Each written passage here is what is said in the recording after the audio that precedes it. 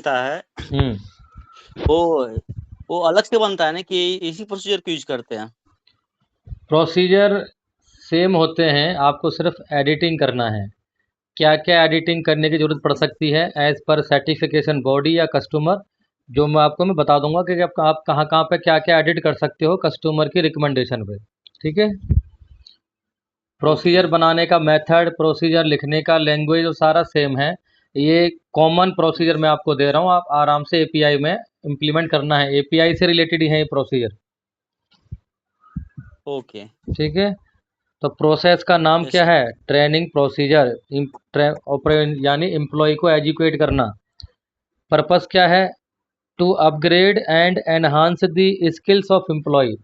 Employ की skill को enhance करना। ठीक है। ये इसका पर्पस है। Scope, okay. Applicable to all manufacturing process. तो सभी प्रोसेस के लिए ये ट्रेनिंग एप्लीकेबल होगा, क्योंकि सभी डिपार्टमेंट में ट्रेनिंग देनी होती है। प्रोसेस ऑनर कौन रहेगा? HR head. एचआर वाले का काम होता है ट्रेनिंग से रिलेटेड। कौन कौन ओके। से डॉक्यूमेंट हमें मेंटेन करने हैं? Competency norms, TNI for employees, annual training plan for employees, attendance sheet, training test paper. तो कॉम्पिटेंसी नॉर्म्स का मतलब है कि किसी भी डिपार्टमेंट में जब आप हायर करोगे तो उनको मिनिमम एजुकेशन कितनी होनी चाहिए, मिनिमम उसको नॉलेज क्या होना चाहिए, उसे कहते हैं कॉम्पिटेंसी। तो कॉम्पिटेंसी का डॉक्यूमेंट बनेगा। टीएनआई का मतलब है ट्रेनिंग नीड आइडेंटिफिकेशन। कौन से एम्प्लॉय को किस टॉपिक पे ट्रेनिंग की नीड है, उसे कहते हैं टीएनआई। देन आपका टीएनआई के अकॉर्डिंग एनुअल ट्रेनिंग प्लान बनेगा पूरे साल का। अटेंडेंस शीट बनेगी, ट्रेनिंग टेस्ट पेपर, यानी इफेक्टिवनेस चेक करने के लिए टेस्ट पेपर बनाने हैं। रिटेंशन पीरियड एक एक साल का। वहाँ हमने बताया था 10 साल के लिए रखना होता है। 10 साल के लिए सिर्फ आपको प्रोडक्ट से रिलेटेड जो है ड्राइंग वगैरह, कंट्रोल प्लान, जो भी रिस्क असेसमेंट है, ठीक है, टेस्ट सर्टिफिकेट, वो रखने होते हैं 10 साल के लिए। ट्रेनिंग एजुकेशन का जो है एक एक साल के लिए रखते हैं सिर्फ। जो डॉक्यूमेंट हर साल बदल जाते हैं, रिकॉर्ड चेंज होते रहते हैं पर मंथ पर डे, उनको 10 साल रख के हम क्या करेंगे? ठीक है। Yes sir. तो रिटेंशन पीरियड एक एक साल है। डिस्पोज कौन करेगा इनको? क्वालिटी हेड या फिर एचआर भी बोल सकते हो यहाँ पे, एचआर हेड। किसी कंपनी ओके। में एचआर, हाँ किसी कई कंपनियों में ना एचआर वाले सर। इतने वो होते नहीं है, इतनी नॉलेज होती नहीं है एचआर वालों को। खाली वो रिक्रूटमेंट करना जानते हैं, ईएसआई पीएफ डिडक्शन करना जानते हैं। ट्रेनिंग का प्रोसीजर, ये क्या डॉक्यूमेंट होते हैं क्या नहीं होता, ये एचआर वालों को ज़्यादा नॉलेज नहीं होती है। तो वो सिर्फ हम्म। क्वालिटी जो क्यूएमएस का बंदा होता है, इसीलिए एपीआई से रिलेटेड जो इंडस्ट्री है वहाँ पे एमआर का रखना जरूरी बताया गया है। एमआर को सारी नॉलेज होनी चाहिए। ठीक है। ओके। ये किस पॉइंट पे चल रहे हैं सर? फर्स्ट पॉइंट पे, राइट? हाँ, आपका सेकंड पेज आ गया। सेकंड पेज में आइए, ओके। 4322 training procedure. यहाँ पे input activity, output, responsibility, check point, document and frequency लिखा हुआ है। तो इसमें प्रोसीजर टीएनआई जो जब अभी बताए आप। हम जब भी कोई हाँ। Procedure yes. बनाते हैं तो प्रोसीजर का मतलब क्या होता है? किसी भी टास्क को करने के लिए क्या क्या एक्टिविटीज़ हमें सीक्वेंस वाइज करना है, स्टार्टिंग से लेकर के फिनिश तक। तो जो हम एक्टिविटी फॉलो करेंगे उन्हें हम बोलेंगे इनपुट एक्टिविटी। उस एक्टिविटी का आउटपुट जो हम उस जो काम करेंगे, जो भी वर्क करेंगे, उस वर्क का आउटपुट निकलेगा, उसे कौन से डॉक्यूमेंट में लिखेंगे, उसका डॉक्यूमेंट का नाम लिखना है आउटपुट में। जैसे हमने बात करेंगे, make the list of all employ and generate the training need and identification for each employ. पहली इनपुट एक्टिविटी है कि हमें एम्प्लॉय की लिस्ट बनानी है और ट्रेनिंग नीड देखनी है, किस किस को ट्रेनिंग चाहिए। तो आउटपुट क्या बनेगा? टीएनआई। जो डॉक्यूमेंट निकल के आएगा ट्रेनिंग नीड का, उसे बोलेंगे टीएनआई। डॉक्यूमेंट का नाम आ गया यहाँ पे। ठीक है। तो डॉक्यूमेंट हम टीएनआई बनाएंगे, तो आउटपुट में डॉक्यूमेंट का नाम आएगा।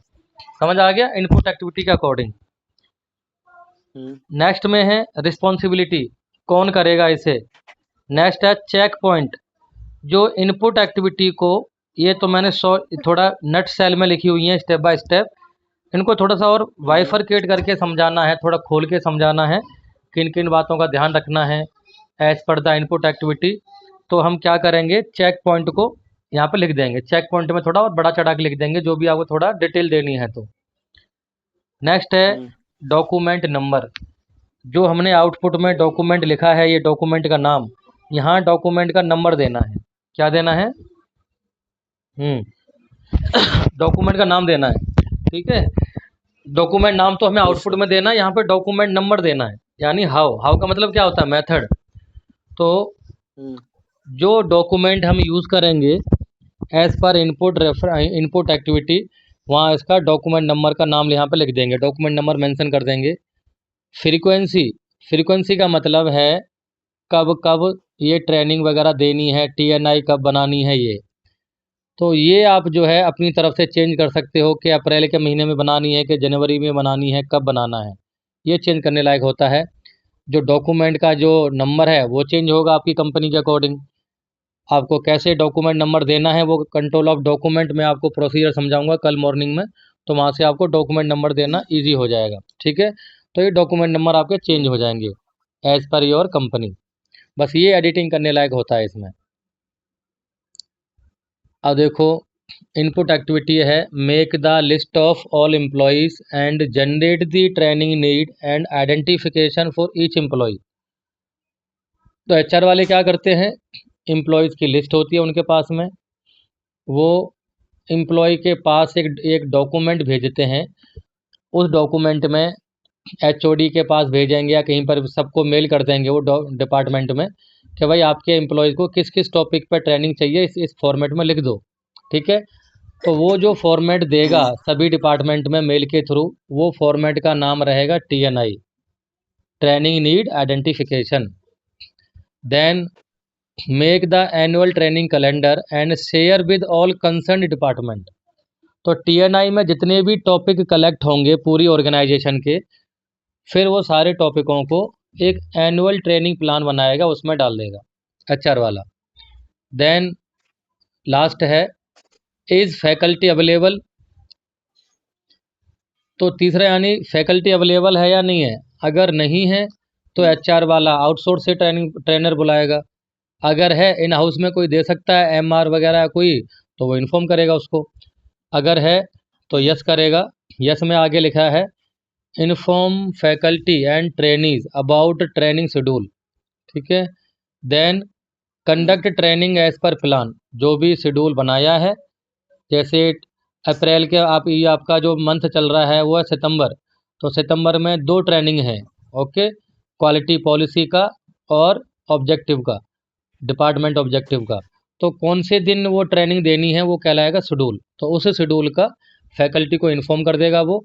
और क्वालिटी पॉलिसी जिन लोगों को देनी है वो TNI से पता लगेगा कि क्वालिटी पॉलिसी की जो नीड है कितने लोगों की आई है, उन्हीं लोगों को वो इन्फॉर्म करेगा कि क्वालिटी पॉलिसी की ट्रेनिंग जो है आपका 17 सितंबर को है और कॉन्फ्रेंस रूम में है, फैकल्टी ये रहेगी, ये ट्रेनिंग देगा और आपका ट्रेनिंग टाइम ये है, इतने घंटे की ट्रेनिंग रहेगी।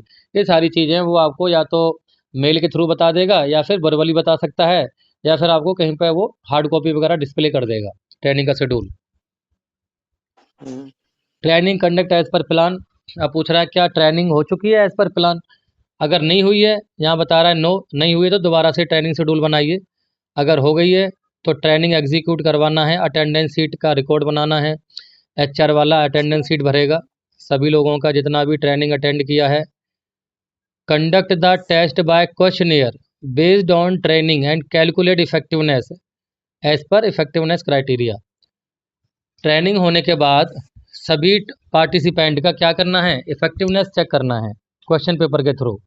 वो क्वेश्चन पेपर आप अपनी तरफ से कैसे भी बना सकते हो, कुछ मैं आपको यहाँ पे सैंपल दिखाऊंगा। नेक्स्ट है पार्टिसिपेंट पास द इफेक्टिवनेस।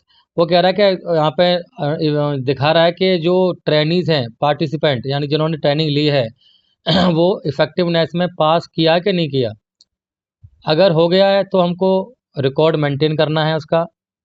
अगर नहीं हुआ है तो identify the gap and conduct retraining and calculate the effectiveness. अगर वो पास नहीं हुआ है तो इसका मतलब है उससे ट्रेनिंग समझ में नहीं आया है, यानी उसको गैप एनालिसिस करो, क्या नहीं समझ आया उसको, दोबारा से ट्रेनिंग करवाइए। फिर दोबारा ट्रेनिंग करवाओगे तो फिर इफेक्टिवनेस लेना है दोबारा। ठीक है, तो ये तो हमारे इनपुट एक्टिविटीज़ हो गई जिनको फॉलो करना है। आउटपुट बनेगा TNI, ट्रेनिंग प्लान, ठीक है, ट्रेनिंग अटेंडेंस शीट बनेगा और इफेक्टिवनेस का टेस्ट पेपर। ये डॉक्यूमेंट बनेंगे। कौन करेगा?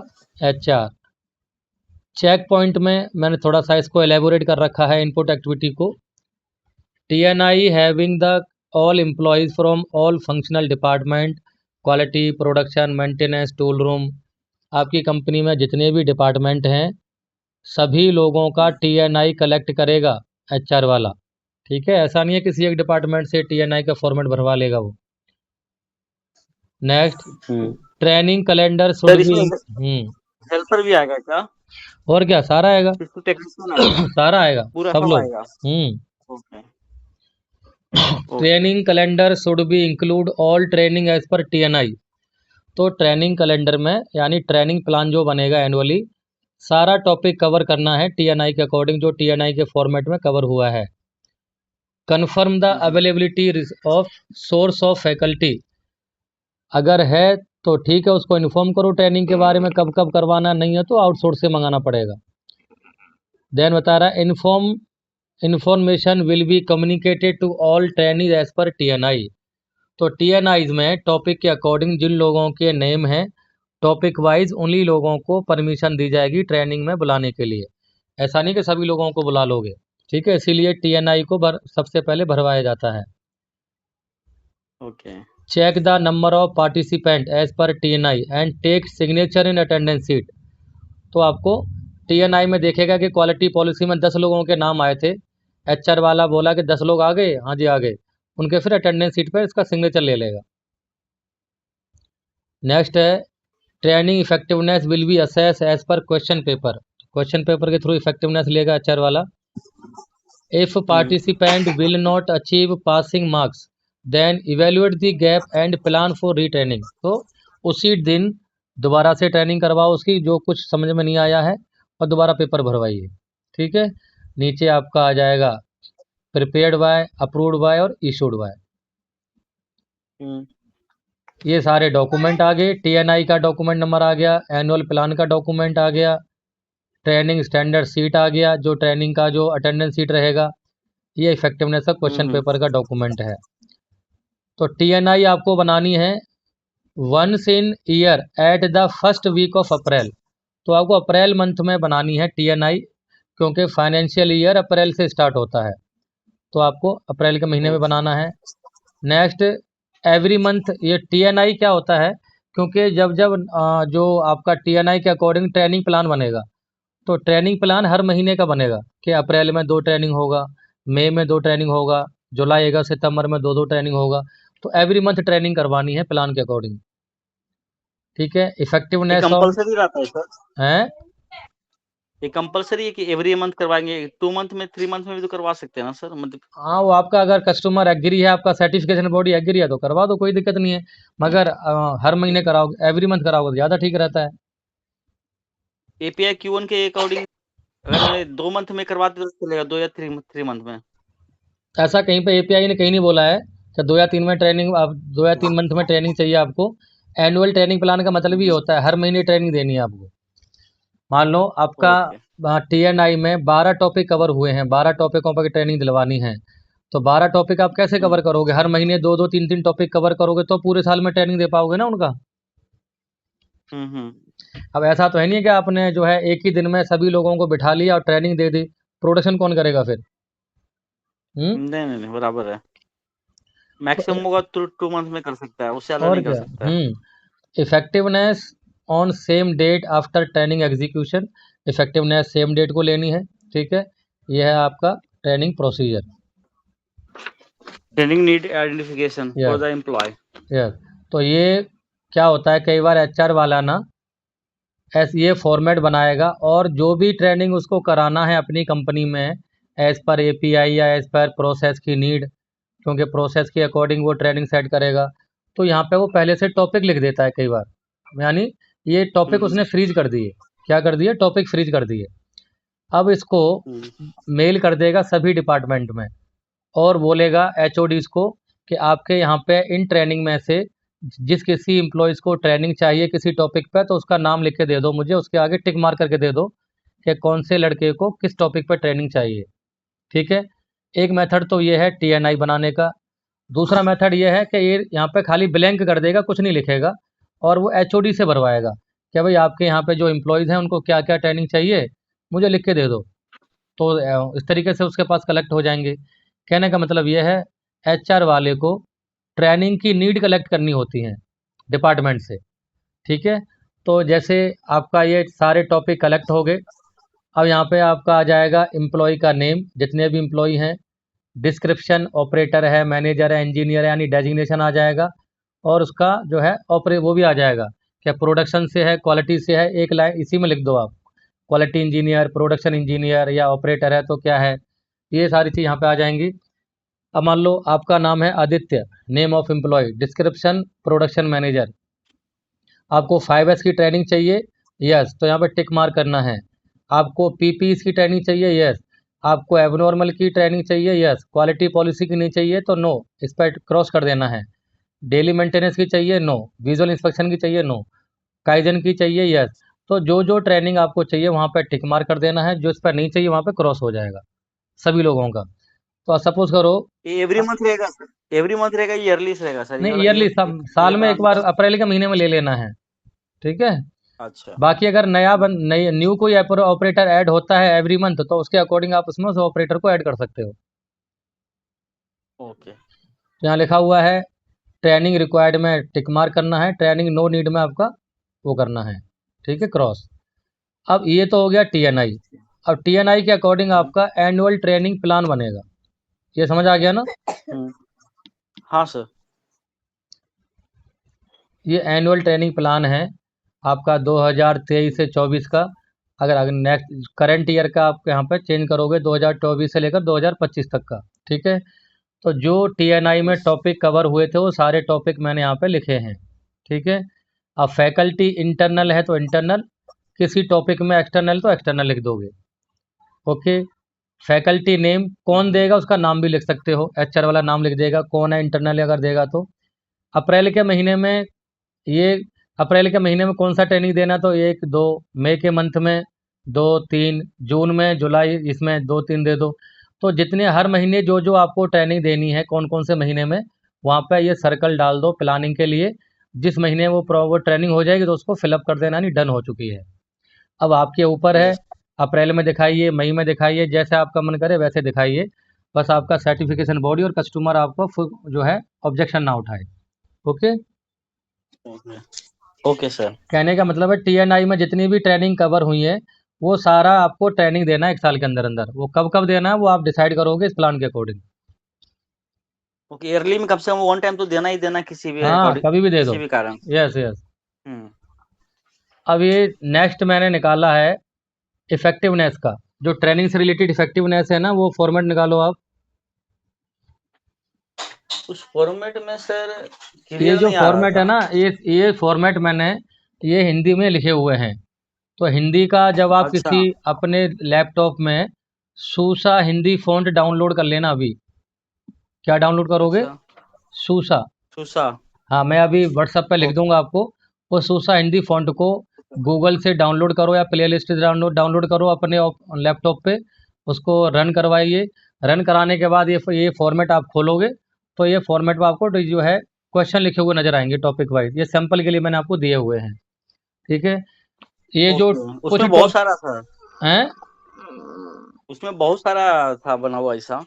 हाँ, तो उस काफ़ी पेज है में। ना, मैंने जितनी भी ट्रेनिंग जो हाँ। कॉमन ट्रेनिंग होती हैं उनके मैंने सबके बना के दे रखे हैं कॉमन। इसी के अकॉर्डिंग आपको सैंपल मिल गया ओके। है, आप उसके अकॉर्डिंग क्वेश्चन आंसर सेट कर सकते हो। यही एडिटिंग करने ये वाला है क्वेश्चन, बस। एक क्वेश्चन पेपर है ना सर? हाँ, क्वेश्चन पेपर है, यही आपको अपने हिसाब से एडिटिंग करना है बस। ठीक है, ओके। तो नीचे यहाँ पे इफेक्टिवनेस का क्राइटेरिया है। अगर ग्रेटर देन 80% लेके आएगा तो पास हो गया, एक्सीलेंट है। Okay, hmm. 50 to 79 है तो पास है ओनली। अगर लेस देन 50% लेके आता तो रीट्रेनिंग, आपको दोबारा से ट्रेनिंग दे करके उसको फिर इफेक्टिवनेस लेना है। ठीक है, तो यानी लेस देन 50% लेके आता है तो आपको रीट्रेनिंग रिक्वायर्ड पर टिक कर देना है, रीट्रेनिंग रिक्वायर्ड। ठीक है, और ओके। यहाँ टोटल मार्क्स और परसेंटेज कैलकुलेट कर देना है। इसीलिए इस तरीके से मैंने सभी बहुत सारे टॉप पेपर मैंने आपको बना के दिए हैं, उनको हिंदी में आपको रीड करना है तो हिंदी का सूसा हिंदी फॉन्ट आप डाउनलोड कर लो, वहाँ से रीड कर लोगे तो एक आपको आइडिया मिल जाएगा कि किस तरीके से क्वेश्चन पेपर हमें सेट करना होता है अपने ट्रेनिंग टॉपिक के अकॉर्डिंग। ठीक है। ओके।